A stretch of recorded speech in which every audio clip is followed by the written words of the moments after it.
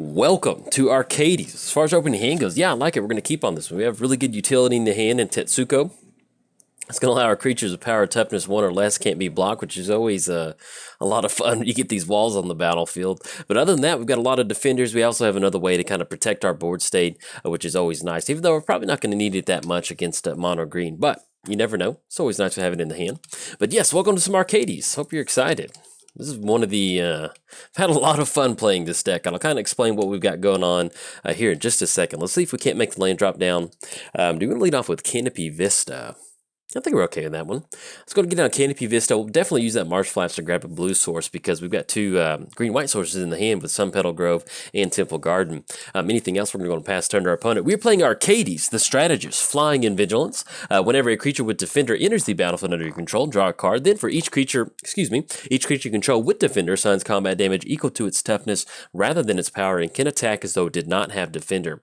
And we're looking at our opponent getting down a turn 2 Selvala off of that Arbor Elf. Let's go and get down Misty, and we definitely want to keep up with this one. So let's go ahead and crack Misty. Let's go and get down Wall of Roots. I think I like that one. We'll probably just go ahead and grab a Tropical Island off of this Misty Rainforest. Let's go and grab Tropical Island. Let's go and get down Wall of Roots. There we go, 1, 2. And then anything else, we're going to kick the turn back over to our opponent. But yeah, as far as the actual deck itself, if you didn't see the deck tech, what are we trying to do? We've probably got around 28 defenders in here. We do have about 5 creatures that are utility creatures, stuff like Tetsuko that really kind of helps us push an alternative game plan or help us maybe push it towards a win. But for the most part, we have a ton of defenders, and we're looking to get down Arcades and then really just start casting a bunch of defenders, getting a lot of card draw going. We do actually have at least one way to kind of go infinite with the deck, and I'll explain that here in a second. It's a really... It's kind of like the hipster version of Splinter Twin, if you want to put a name to it. It involves a Wall of Kelp, which is always a lot of fun. If you're going to be comboing off with a Wall of Kelp, that's you're having a pretty good magic time if that's part of your combo pieces. And then, yeah, let's go and get down Arcades. I'll kind of explain how that particular scenario works within the deck. All right, drawn to Flooded Grove. Let's go and get down Marsh Flats. Yeah, I think I like that. Let's go and get down Marsh Flats. I'm going to grab another green source off of this one. Actually, let's go and grab Tundra. Grab Tundra, have that come into play, and then let's go and tap out for Arcades. That's going to be green off of Wall of Roots, and then white, and then tap out for blues. Get down Arcades, and then I think no, we won't get a card draw for that off of Mirror, and then anything else we're going to pass turn to our opponent. Now, as far as the actual combo itself, so it involves 3 cards, so...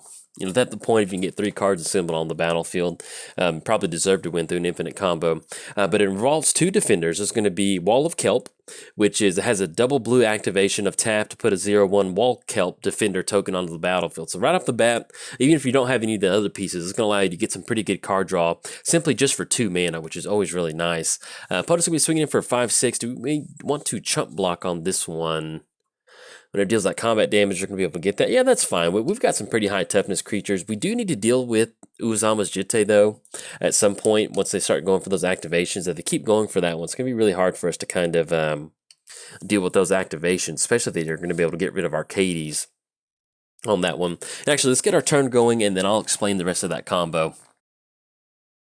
And then our opponent actually used Uwazama's Jitte to plus up on Mirror to add a little bit of extra mana. So tap out for Nyela, God of the Hunt. Let's see what else they're going to go for. They do have at least 5 mana available to them at the back end of this turn. Birthing Pod, okay. All right, then our opponent will pass the turn without going for a Birthing Pod activation. So you're drawn to Venser. Okay. We can bounce Wall of Roots with that if we want to.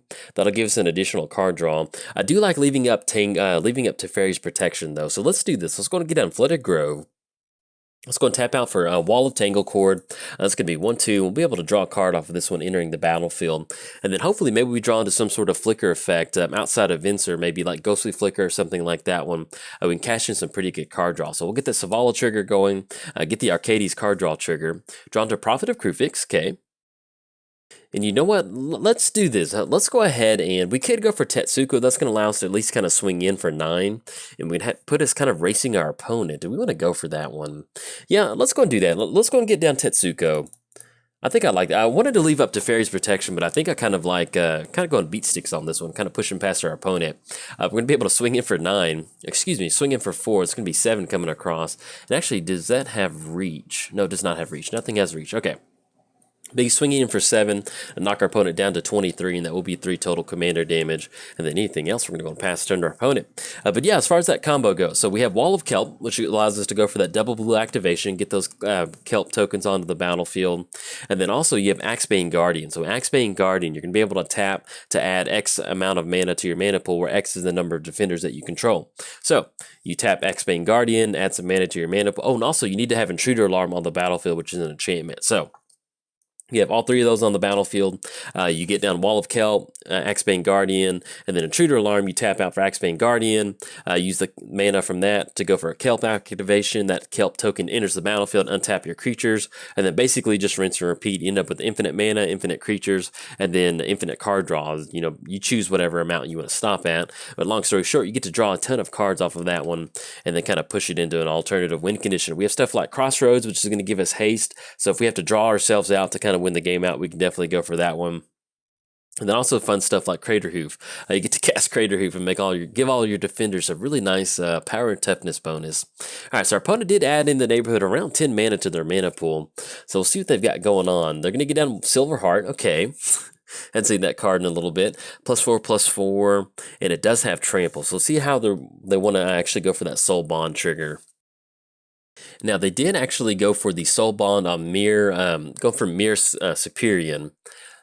If they want to end up going, that's going to put it at 11-12. And do they have any more? No, they actually have no more charge counters on Uwazama's Jitte. So that's something we can also watch out for, is getting those charge counters going for that.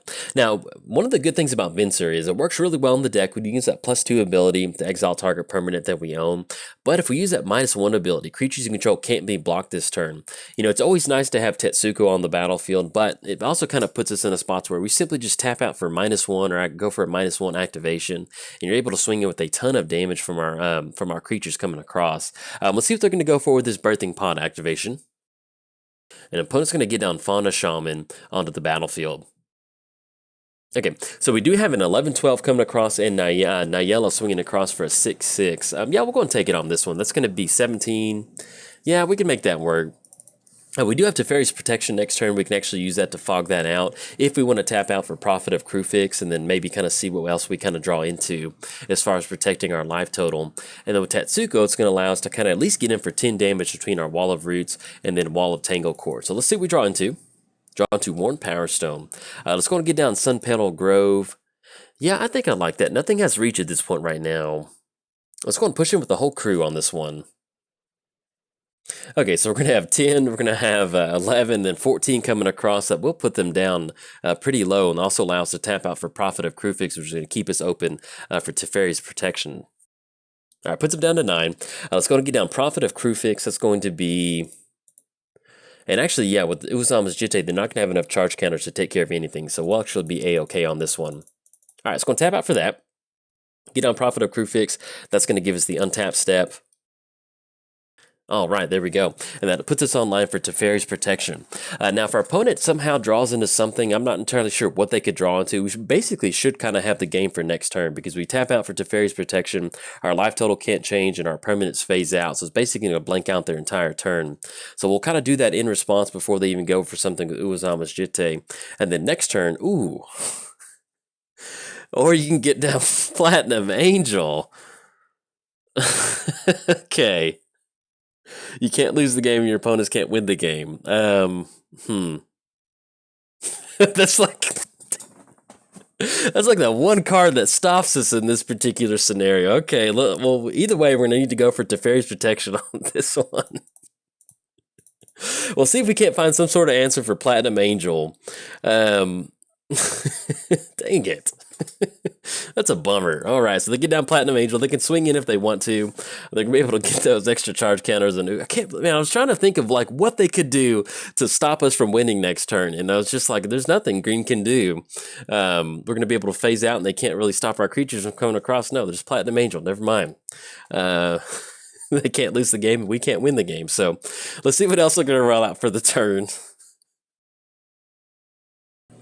Okay, an opponent does get down Ronus the Indomitable, so they're still going to be able to push across on this one. Our life total is not going to change, but if our opponent wants to get those charge counters going on Jitte, I think definitely get that going. I'm still just in shock from this Platinum Angel. That is so... That just that's what makes magic. Oh, never mind. Rap. Okay, I'll take it. All right, never mind. Excuse me. Let's go ahead and get down. Let's go ahead. Do we gonna go for Temple Guard? No. Let's go ahead and go for Rapid. Yeah, let's go ahead and go for that one. This can be 1 blue mana. I was trying to think of what outs we had in here. We have very few outs. So I guess Path to Exile or something like that one. That's gonna allow us to go for Platinum Angel. We're gonna turn that Platinum Angel into a Frog token, and then with Tetsuko on the battlefield, that's gonna allow us to swing across on this one with our commander damage. Now, since they did not swing it with Uozama's Jitte, that doesn't get those charge counters off of that, and so this is gonna allow us to push in. But let's see what they go for. All right, get that Frog Lizard on the battlefield. And then, yeah, let's go and push in on this one. Okay, so we got the Wall of Tango Court swinging across. We have Wall of Roots coming across. And then that should be lethal on that one. Put our opponent down. Let's see if they have anything else. Maybe a green fog or something like that one. But they have no cards in the hand, so we should be able to get this one. Okay, so we're going to knock our opponent's life total down. Let's see what it goes down to. All right, knocked them down to -5, man. What a good match. I was really kind of bummed that Platinum Angel was on the battlefield, but then we draw into top deck mode. We get Rabid, we turn it into a Frog Lizard, which is definitely going to allow us to close it out from there. But yes, you can see how good Tetsuko is in a deck like this one. It really kind of puts your board state into this one-sided attack force on a bunch of walls like that one. It makes for a lot of fun.